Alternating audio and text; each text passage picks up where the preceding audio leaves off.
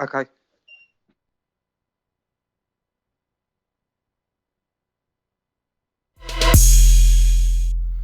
Good afternoon and welcome to Solent Sports News. I'm Michael Fox and this is your 3 o'clock update.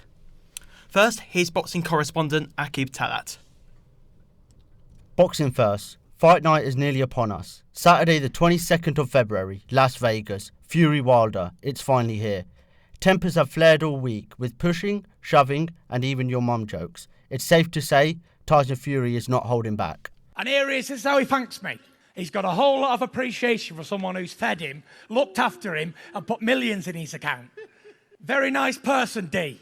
You know, you owe me everything. I brought you to this level. With the last bout ending in a controversial draw, there is even more anticipation on the rematch. Deontay Wilder is refusing to be walked over by Fury in the press, jabbing whenever he can. He feels Fury may have a career outside of boxing though. When I knock you out, go do stand-up comedy, bro. You got a career in that. You don't believe none of the words that you say. You can't punch. I don't know what you talking about, knocking somebody in the second round. You ain't never knocked nobody in no second round. You got pillows for fists. But as we know, the O has to go. One fighter will be crowned the WBC World Heavyweight Champion of the world. But who?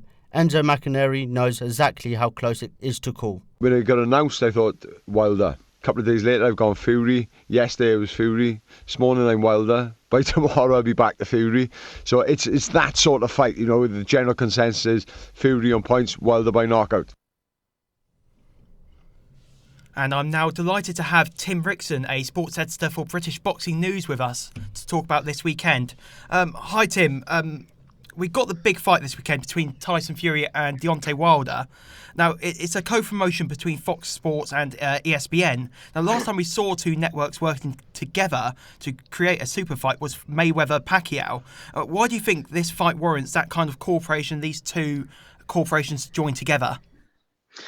Hi there. I believe that after the first fight, Deontay Wilder obviously, not getting the win as he has done over his last 43 fights or so. I believe it was the first time that the world saw Deontay Wilder close to losing, and this rematch is. They say it's the most highly anticipated rematch in the last 50 years. I'd say since Holyfield-Lewis, it's probably the most eagerly anticipated rematch since then.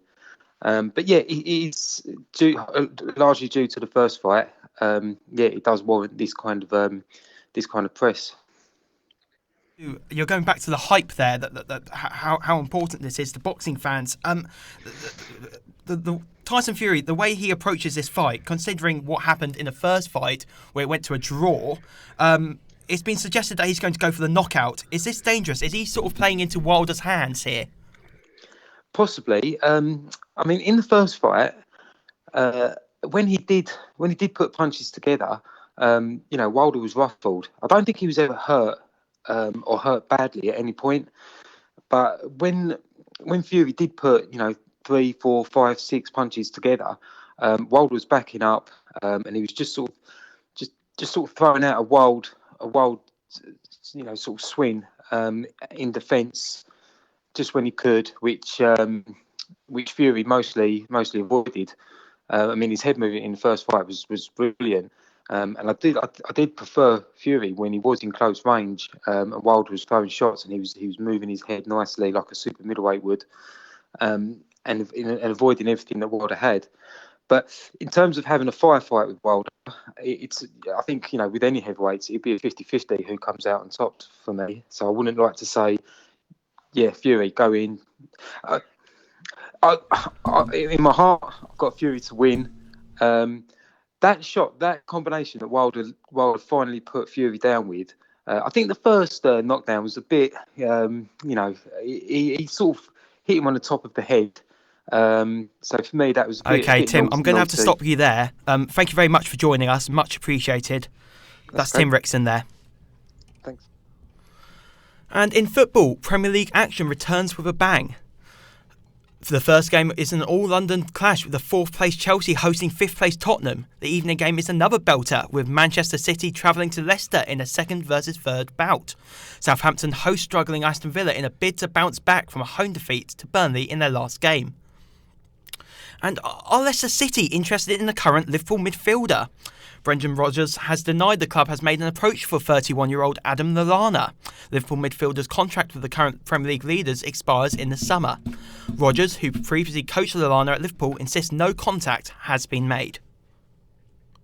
Yeah, I've seen a lot of stuff around Adam and that we've approached Liverpool, and which obviously isn't the case. But yeah, Adam's a wonderful player. You know, when I took him into Liverpool, he showed over his time there when he's fit and available that he's a fantastic player.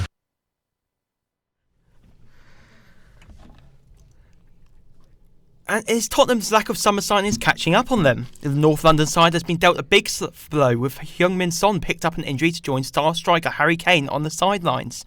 Jose Mourinho is concerned with how his side will fare without their 2 main goal scorers for the rest of the season.